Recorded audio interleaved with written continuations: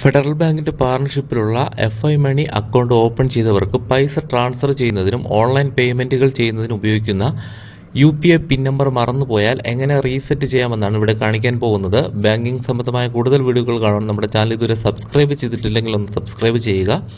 നമുക്ക് നേരെ വീഡിയോയിലേക്ക് പോകാം.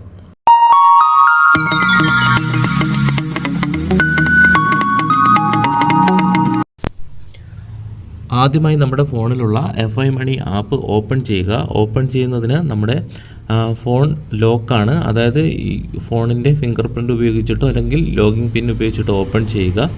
ഓപ്പൺ ചെയ്യുമ്പോൾ ഇത്തരത്തിലൊരു ഇൻ്റർഫേസ് വരും. ഇവിടെ ഏറ്റവും മുകളിൽ ഇടത് സൈഡ് നമ്മുടെ പ്രൊഫൈൽ പിക്ചർ നമുക്ക് കാണാം. ഇവിടെ ഏറ്റവും മുകളിൽ ഇടത് സൈഡായിട്ട് അതിലൊന്ന് ക്ലിക്ക് ചെയ്യുമ്പോൾ നമ്മുടെ പ്രൊഫൈൽ ഡീറ്റെയിൽ കാണാം. ഇവിടെ നമുക്ക് നമ്മുടെ അക്കൗണ്ട് ഡീറ്റെയിൽസ് കാണാം. അവിടെ ഒന്ന് ക്ലിക്ക് ചെയ്ത് കൊടുക്കുക. അപ്പോൾ നമ്മുടെ അക്കൗണ്ട് നമ്പർ തുടങ്ങിയ കാര്യങ്ങളെല്ലാം വരും. ഇവിടെ താഴെയായിട്ട് നമുക്ക് ഫർഗട്ട് UPI പിൻ എന്ന് പറഞ്ഞ് കാണാം. അതിന് താഴെ ചേഞ്ച് UPI പിൻ. നമുക്ക് UPI പിൻ ചേഞ്ച് ചെയ്യാനാണെങ്കിൽ രണ്ടാമത്തെ ഓപ്ഷനും, മറന്നു പോയിട്ടുണ്ടെങ്കിൽ ഫർഗട്ട് UPI പിൻ എന്ന് പറഞ്ഞ ഓപ്ഷനാണ് ഉപയോഗിക്കേണ്ടത്. അപ്പോൾ നമുക്ക് മറന്നു പോയത് കൊണ്ട് ഫർഗട്ട് UPI പിൻ ടൈപ്പ് ചെയ്ത് സെലക്ട് ചെയ്തു. അപ്പോൾ നമുക്ക് ഇത്തരത്തിലുള്ള ഓപ്ഷൻ വരും. അപ്പോൾ അവിടെ നമ്മൾ സെറ്റ് ന്യൂ പിൻ എന്ന് പറഞ്ഞ് നമ്മൾ ക്ലിക്ക് ചെയ്യുമ്പോൾ തന്നെ നമ്മുടെ ഫോണിലേക്ക് ഒരു മെസ്സേജ് വരും. അതവിടെ ഓട്ടോമാറ്റിക്കായിട്ട് അവിടെ വരുന്നതാണ്, ഫില്ലാവും. അല്ലെങ്കിൽ നിങ്ങളവിടെ ആ പിൻ നമ്പർ അവിടെ ടൈപ്പ് ചെയ്ത് കൊടുക്കുക മെസ്സേജിൽ നോക്കിയിട്ട്.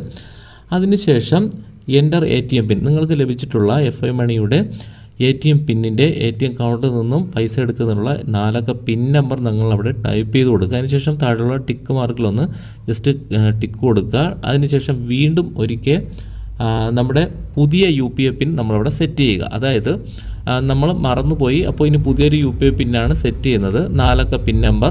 ഇതാണ് നമുക്ക് ഫണ്ട് ട്രാൻസ്ഫറിനൊക്കെ ഉപയോഗിക്കുന്നത്. അപ്പോൾ ഈ UPI പിൻ നമ്മൾ 4 അക്ക പിൻ നമ്പർ നമുക്കവിടെ സെറ്റ് ചെയ്യാം.